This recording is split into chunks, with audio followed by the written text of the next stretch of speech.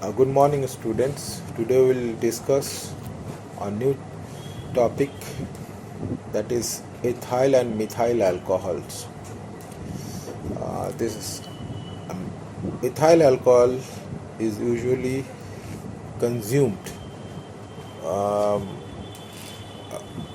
in different social activities,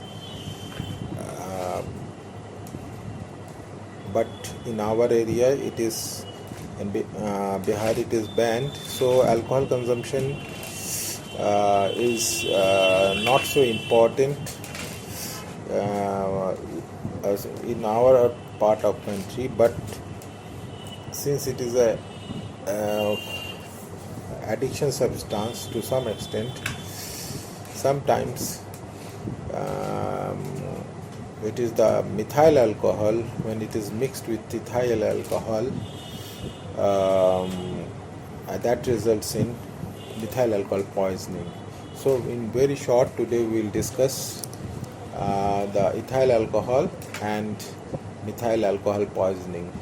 Ethyl alcohol is a hydroxy derivative of aliphatic hydrocarbon. When this alcohol refers basically to ethyl alcohol, also known as ethanol. Pharmacologically, of alcohol is important for its presence in beverages.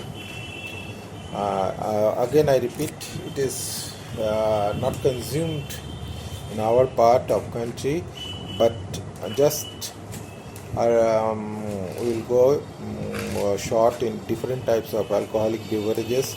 One is malted liquor. These are the fermenting germinating cereals. It is obtained from fermenting germinating cereals are undistilled, and it is less than 5% alcohol. Wines, these are fermented obtained from fermentation of natural sugars as grapes and other fruits, and alcohol content is less than 15 up to 15% or less. And the third is the spirit. These are the alcohol content is 40 to 55%. They are distilled after fermentation, and these are the strongest form of alcohol beverages. The others are absolute alcohol, that is the ethanol, which is 99% alcohol, and second is the rectified spirit, that is the 90% ethyl alcohol. These are basically used in different commercial purposes. Now, the mechanism of action. Alcohol has been believed to produce CNS depression by generating membrane action by altering the state of membrane lipids. However, recently specified effect of multiple receptor operated ion channel has been demonstrated at concentrations attained during moderate drinking. Alcohol promotes GABA A2 receptor mediated synaptic inhibition through kinase type of these are the again alcohol promotes GABA receptor mediated synaptic inhibition. Action of 5-HT on 5-HT3 inhibitory receptors having intrinsic ion channel is augmented. Ethanol can indirectly reduce neurotransmitter release by inhibiting voltage sensitive neuronal calcium channel. Blockade of adenosine uptake by alcohol could also contribute to synaptic depression.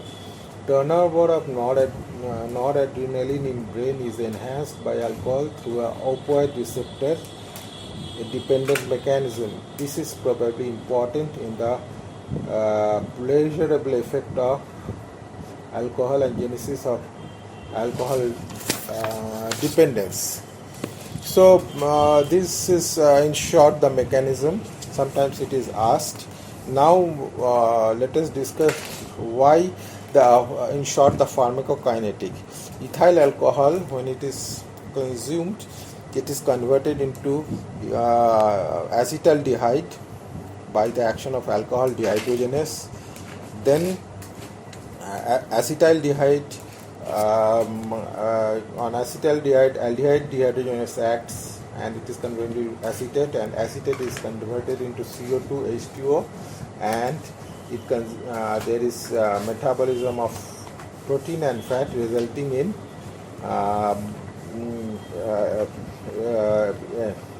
getting energy production. On the similar way, when methyl alcohol is consumed, it is by action of alcohol dehydrogenase, formaldehyde is formed, and by action of aldehyde dehydrogenase, formic acid, and ultimately formalin is formed. So if you go through the metabolism of this methyl alcohol consumption results in formalin, which is a very toxic substance. And one thing I would like to discuss here is the action on liver. It is somewhat controversial. Some thinks that alcohol is not injurious to this liver, but if it is properly consumed in a limited way with adequate amount of supplementary food. But some other thoughts says that alcohol is 100% causes injury to liver cells. Whatever it may be, but the inference is that chronic alcoholic there is damage of liver cells and ultimately results in alcoholic cirrhosis. So ultimate result is there is liver damage, as both acetate is acetaldehyde. These are also to some extent toxic to liver cells. Now some of the